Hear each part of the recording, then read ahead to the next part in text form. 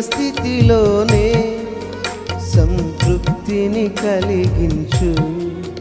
ఏమున్నా లేకున్నా నీ కొరకే బ్రతికించు. కష్టాలు ఎదురైనా నా యాత్రను సాగించు. నష్టాలలోనైనా స్తుతి చేయుట నేర్పించు. కష్టాలు ఎదురైనా నా యాత్రను సాగించు. నష్టాలలోనైనా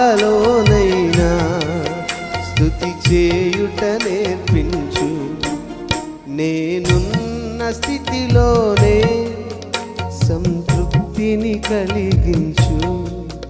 ఏము